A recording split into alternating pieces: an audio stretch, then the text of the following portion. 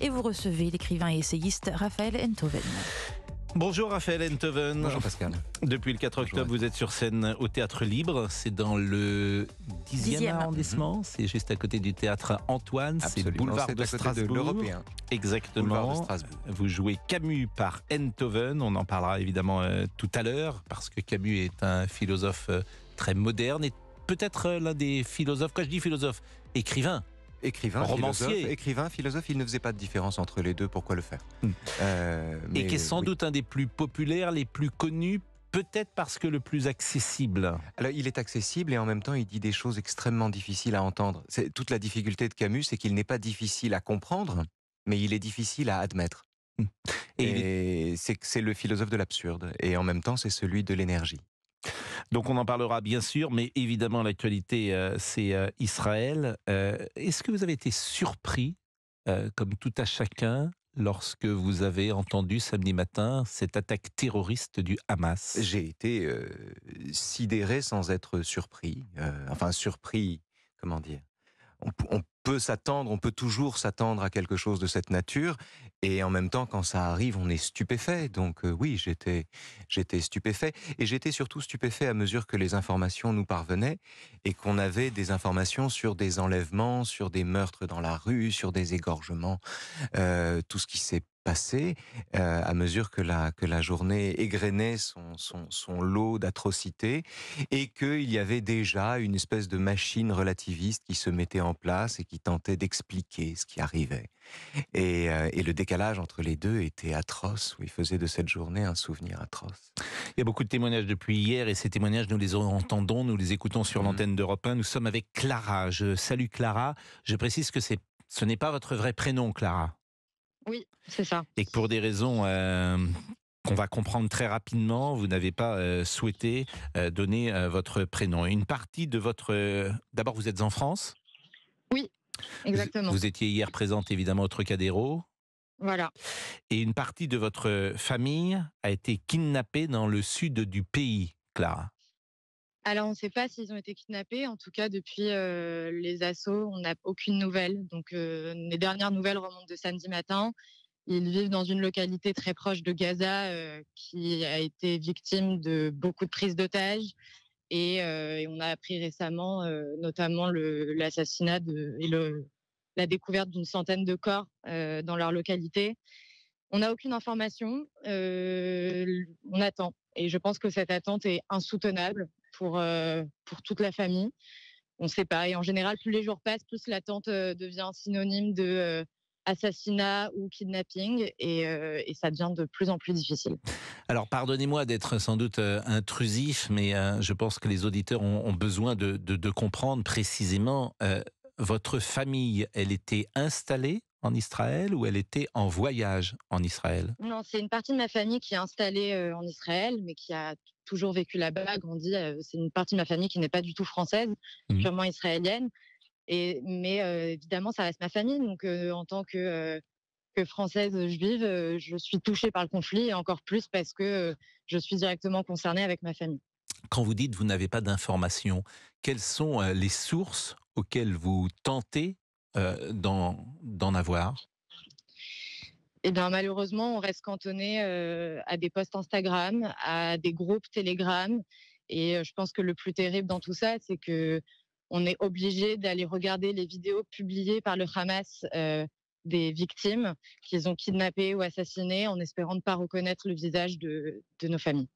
Hier, vous étiez à la manifestation en soutien d'Israël. J'imagine que les conversations que vous avez pu avoir entre les juifs français et puis d'ailleurs ceux qui étaient là, qui n'étaient pas forcément juifs, évoquaient la réponse que fera Israël. Et évidemment, il y a ces otages qui peuvent paralyser ou brider la réponse d'Israël. Quel est votre sentiment ou votre position sur ce sujet et sur la réponse de Netanyahou? Bah, évidemment que actuellement, Israël aura tout mon soutien. Et je pense que la divergence des opinions politiques est totalement légitime, mais face au terrorisme, et il faut bien comprendre qu'on fait face à un groupe terroriste, et je pense que beaucoup de gens ne le comprennent pas, qu'il ne s'agit pas d'un groupe qui cherche à à trouver des solutions, mais uniquement à détruire, eh bien, il aura tout mon soutien. Alors même que je ne partage pas, et même très loin de là, les opinions Mmh. et de Netanyahou et sa ligne politique. Mais aujourd'hui, je Mais je pense vous que c'est pas la interrogeais question. sur la réponse selon vous. Et vous avez bien compris ce dilemme qui va se mettre en place pour les Israéliens et pour le gouvernement. Et je pourrais poser d'ailleurs la même question dans quelques instants à Raphaël Enthoven, parce que c'est un dilemme absolu. Il y a des otages israéliens et toute réponse d'Israël entraînera sans doute la mort de ces otages israéliens. Que faire lorsque vous êtes un gouvernement? Écoutez, je ne sais pas si je peux vous répondre, enfin donner une réponse vraiment pertinente à cette question. Je ne sais pas. Moi, je peux que espérer qu'on les retrouvera, que le gouvernement prendra une décision qui permettra de les protéger. Si ça veut dire libérer des prisonniers du Hamas, peut-être. Est-ce que, enfin, moi, évidemment que moi, ma priorité, c'est les retrouver et pas garder des prisonniers du Hamas. Après, c'est leur gouvernement et je peux pas, je peux qu'espérer à ce stade. Pascal, pardon, mais Merci. la réponse à la question que vous posez se trouve dans les... Comment dire? Les gens qui détiennent la réponse à la question que vous posez sont des gens qui sont sur le terrain. C'est une question de compétence, c'est une question de calcul, j'imagine. Je ne sais pas comment ça se passe. Que ce soit un dilemme, c'est le dilemme de toute prise d'otage. Ce qu'il est important de dire et ce qui était important d'entendre, c'est qu'il n'y a aucun rapport, ce sont deux univers totalement différents. Le monde où l'on enlève des civils, où l'on égorge des enfants et où l'on s'en sert ensuite comme de boucliers humains, et le monde où une armée régulière, en l'occurrence, opère avec un but très précis. Ça n'est pas le même monde, les deux ne sont pas commensurables. Et le monde d'une décision politique, je veux juste dire ça, euh, euh, rien n'est plus monstrueux que de vouloir expliquer la barbarie. Et de se donner l'air en plus de mieux la comprendre en le faisant. C'est-à-dire euh, indexer l'enlèvement, l'égorgement d'enfants, le kidnapping, ce qui s'est passé en Israël, sur une politique qu'on désapprouve, que je suis le premier à désapprouver. Déduire l'abominable de la politique, c'est monstrueux. Ce raisonnement est monstrueux. Vouloir raisonner ici, c'est monstrueux. On n'explique pas la barbarie, sinon on perd la barbarie. Et l'enjeu de tous les gens qui se disent « oui, mais il y a le contexte, mais il y a la colonisation, je sais pas quoi, colonisation de Gaza en général, il n'y a plus un juif depuis 2005 à Gaza les gens qui disent ça, ne réfléchissent pas, ne raisonnent pas, n'approfondissent pas, ils diluent la gravité d'une tragédie qui les embarrasse. Voilà, je voulais juste dire ça. Clara, je vous remercie et je vous souhaite vraiment beaucoup de courage et recevez toute la compassion qu'on peut vous envoyer dans ces moments si douloureux. Nous allons marquer une première pause et évidemment ensemble parler de ce qui se passe en Israël. À tout de suite. 11h15, on va écouter Madame Panot qui a pris la parole, députée de la France Insoumise. Je vous propose de l'écouter. Je le dis très clairement à tous nos détracteurs, nous ne baisserons pas les yeux. Nous ne changerons pas d'un iota notre position qui est celle des partisans de la paix. Et nous n'accepterons pas, je le redis encore une fois, qu'on nous prête des mots qui ne sont pas les nôtres. La France insoumise est le mouvement de la paix. Et nous souhaitons qu'une solution politique soit trouvée. Donc nous ne sommes pas d'accord avec les formes de surenchère qui se passent actuellement dans notre pays. Et nous le disons, il est faux de dire que nous n'avons pas condamné les crimes de guerre qui ont eu lieu samedi, comme nous condamnons ceux qui ont lieu actuellement à Gaza. Nous ne sommes pas d'accord avec l'escalade de la violence. Le mot crime de guerre, Raphaël Enthoven, les mots ont un sens. Ce n'est pas un crime de guerre. Ce qui s'est passé sur le sol israélien, c'est un acte terroriste. Oui, on peut discuter de ça, puisque à partir du moment où Israël même y voit un acte de guerre, c'est encore une autre histoire. Pardon, ce que je trouve invraisemblable, c'est que quand on appelle ça un acte terroriste ou un crime de guerre, des tueurs ont envahi un pays, ils ont massacré tout sur leur passage, ils ont occupé des villages entiers, ils ont brûlé des maisons, ils ont exécuté des civils, ils ont enlevé des enfants, des vieilles dames. Ils en ont fait des boucliers humains et la France insoumise parle de paix, de négociation, de cessez-le-feu et de colonisation ou d'exaction en Palestine. Et en fait, ceci, encore une fois, j'insiste là-dessus, est monstrueux. Un État de 9 millions d'habitants déplore plus de 500 victimes. C'est à peu près comme s'il y avait 4000 morts en France à la suite d'un attentat. Et la France insoumise explique que c'est la haine qui engendre la haine. Il y a vraiment deux catégories de choses ici. Il y a l'effroi d'un côté, et puis il y a les affreux de l'autre. Et les affreux, ce sont les gens qui trouvent des excuses à tout ça, qui trouvent des explications à tout ça. Il ne s'agit pas de dire qu'il n'y a pas de problème. Il ne s'agit pas de dire que la politique du gouvernement Netanyahou n'est pas une politique imbécile. Il ne s'agit pas de dire ça. Il s'agit de séparer ce qui doit l'être, ce qu'il est essentiel de séparer. On ne peut pas mettre sur le même plan une décision politique qu'on désapprouve, une politique de façon générale qu'on désapprouve, et le meurtre dans la rue des commandos islamistes qui assassinent au hasard des rues. Hier, on était avec Warren et on était inquiet pour lui. Il a 34 ans, il habite Tel Aviv depuis 2 ans. Il nous a témoigné de ce qui se passait hier et on s'était promis de le rappeler aujourd'hui. Warren, vous êtes là aujourd'hui? Est-ce que Warren nous entend? Oui. Merci, oui, bonjour, Warren. bonjour, Merci Warren. Comment allez-vous ce matin? Ça va. Écoutez, ça va. Ce matin, on entend des petits booms. Je vais dire que je vous entends mal là. Bah, en même temps, je ne parlais pas, Warren, donc c'était plutôt logique. Il y avait des grésillements, Allô? Non, oui, c'est mieux. Vous m'entendez bien? Oui, je vous entends. Bon, je rappelle que vous êtes à Tel Aviv, que vous habitez depuis 2 ans, vous avez fait ce qu'on appelle votre Aliyah et aujourd'hui vous vivez sur le sol israélien. Vous étiez d'ailleurs avec votre sœur, si je me souviens bien. Oui. Et qui est toujours présente, qui n'a pas pu repartir pour la France puisque votre sœur était venue avec ses enfants, avec son mari et elle devait repartir aujourd'hui même. Alors, elle doit repartir normalement aujourd'hui à 17h15. Elle va bientôt prendre la route pour l'aéroport. On espère qu'elle pourra du coup rentrer avec son mari et ses enfants. L'aéroport est ouvert, bien sûr, et les lignes... c'est une ligne française? C'est une compagnie française? Non, c'est avec El Al, c'est une compagnie israélienne. Du coup, ce qu'il faut savoir sur El Al, c'est que du coup, c'est la seule compagnie israélienne qui voyage. Il n'y a pas aujourd'hui, on sait qu'il n'y a plus de compagnie, on va dire internationale qui voyage à part El Al, quoi. On sait, voilà, il y a simplement du coup. Il y a simplement cette compagnie. On va voir ce qui se passe dans les jours à venir parce que. Mais a priori, le vol est maintenu. C'est ça qui est important. On va laisser passer une page de publicité, Warren, et on revient à l'instant. Vous êtes sur Europe 1, il est 11h19. On est avec Raphaël Enthoven. Et je pense d'ailleurs que ce qui sera intéressant, c'est que lorsque votre sœur sera sur le sol de France, ce sera intéressant, pourquoi pas, de la recevoir, j'espère, demain matin dans ce studio et qu'elle puisse venir témoigner. À tout de suite. Nous sommes avec Warren, que nous avions eu hier, et oui. Je le rappelle, Warren, il a 34 ans, il vit à Tel Aviv.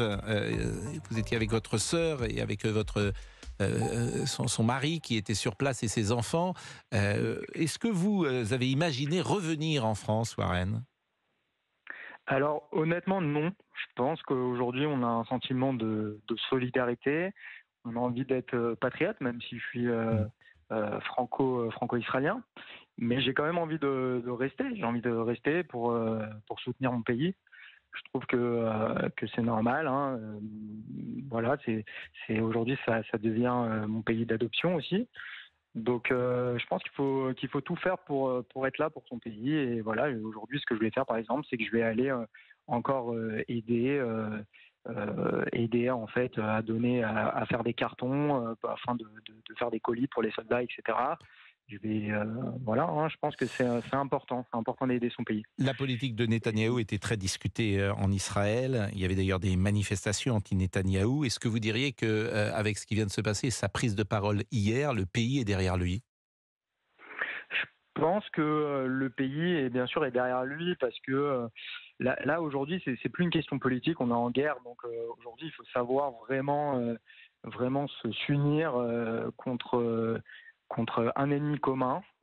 Et je pense qu'aujourd'hui, Israël montre qu'on sait faire face en fait à une situation même Et donc l'unité prévaut. Bien sûr, l'unité prévaut à tout. Hein. Moi, je faisais partie des gens qui, à distance, trouvaient la réforme, le projet de loi Netanyahou absolument désastreux. On a consacré dans Franc-Tireur un grand dossier à cette question.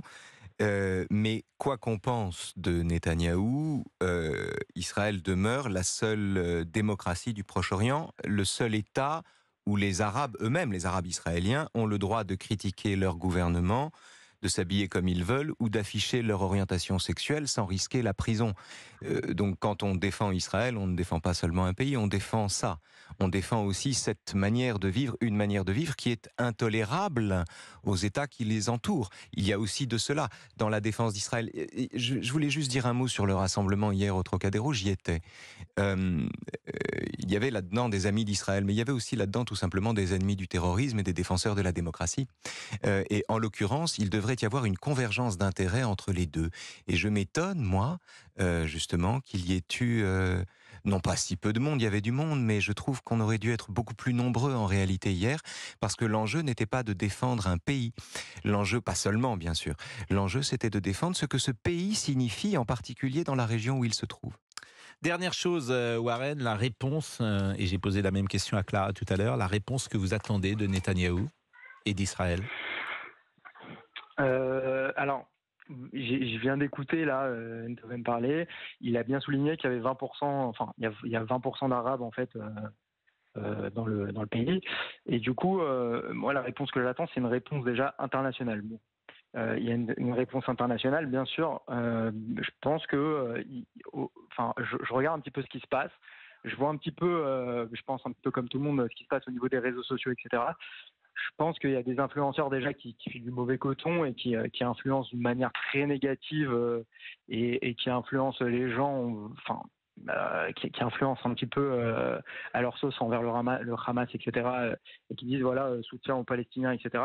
Je pense qu'aujourd'hui il faut voir plus que tout ça. Faut voir vraiment une cause globale. Et il faut comprendre que là aujourd'hui, ce qui se passe actuellement, les enjeux, c'est de dire que voilà, il y a un massacre en Israël.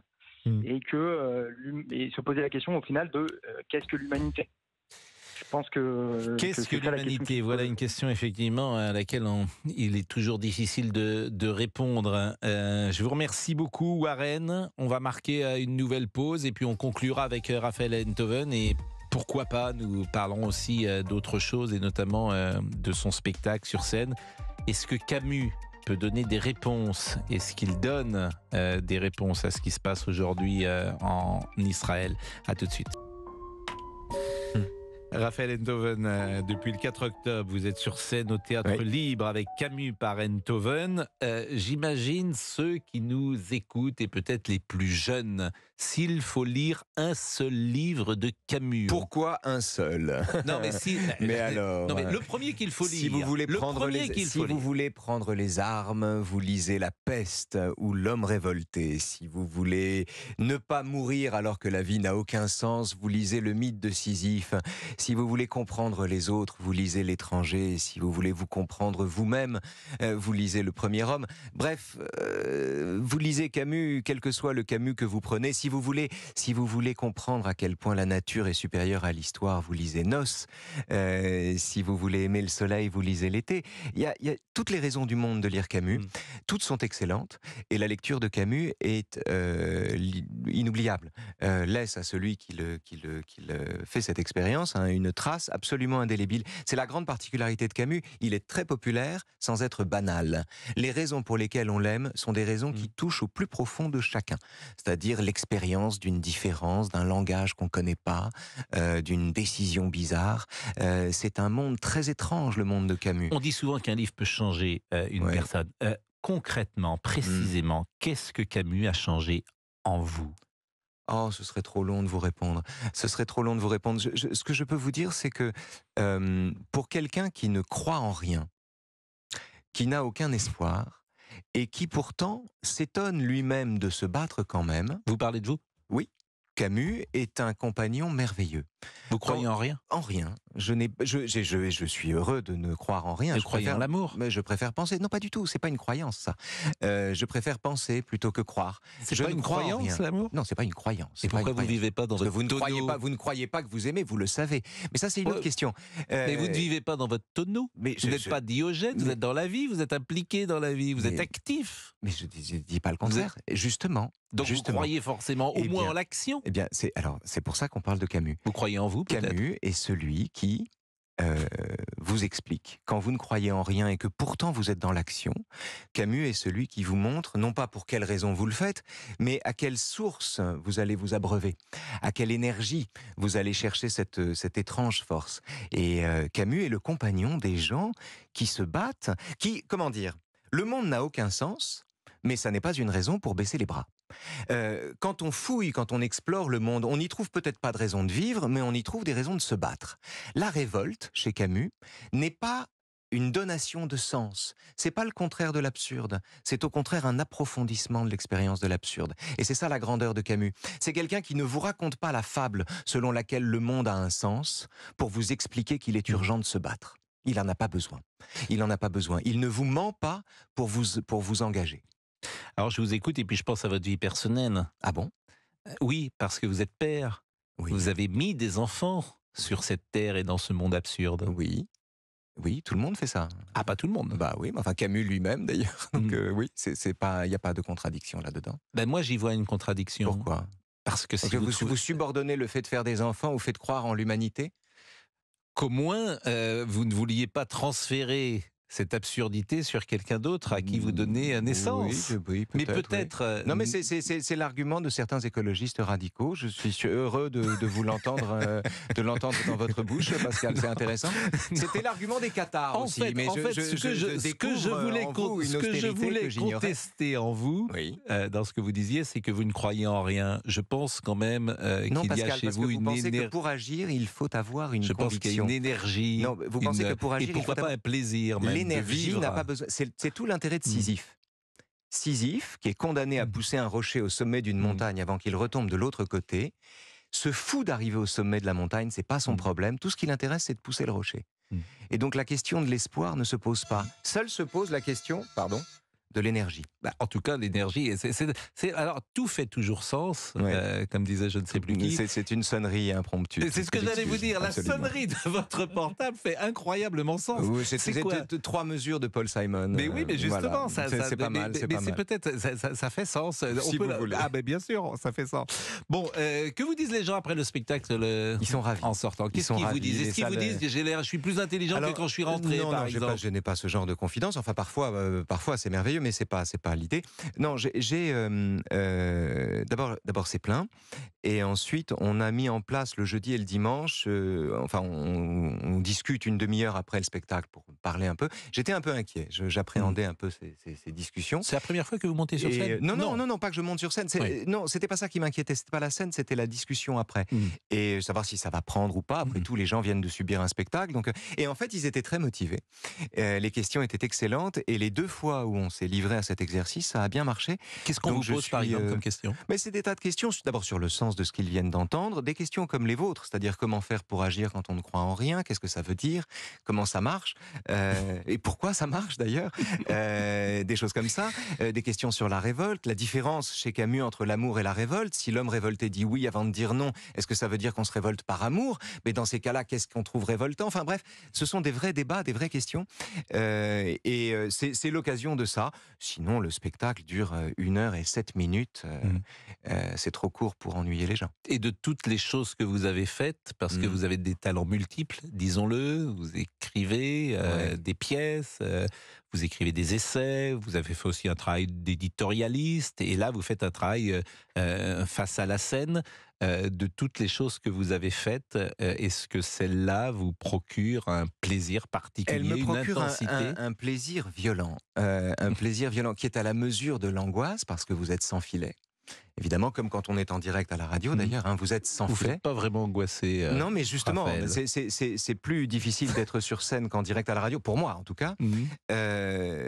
C'est une angoisse et en même temps, c'est une forme de libération. C'est étrange parce que c'est le même texte qu'on dit tous les jours et pourtant c'est une libération de le faire et de le faire du mieux qu'on peut, de donner absolument tout ce qu'on a dans cet intervalle de temps. C'est un vertige délicieux. Eh ben, c'est un plaisir. C'était un Merci. plaisir de Un vous plaisir revoir pour dans moi. cette maison dans laquelle vous avez été de nombreuses années. Enfin, c'était pas dans la même maison, mais c'était la même boîte. C'était pas au même endroit.